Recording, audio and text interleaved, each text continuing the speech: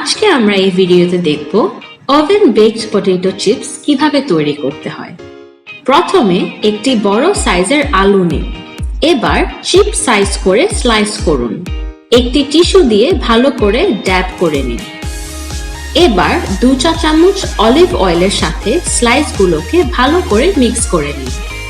একটি oven proof প্লেটে স্লাইসগুলো রাখুন। পরিমাণ মতো লবণ দিয়ে নিন। সব শেষে মাইক্রো ওভেনে 6 থেকে 7 মিনিট হিট করুন। বাস হয়ে গেল আমাদের oven baked potato chips ready.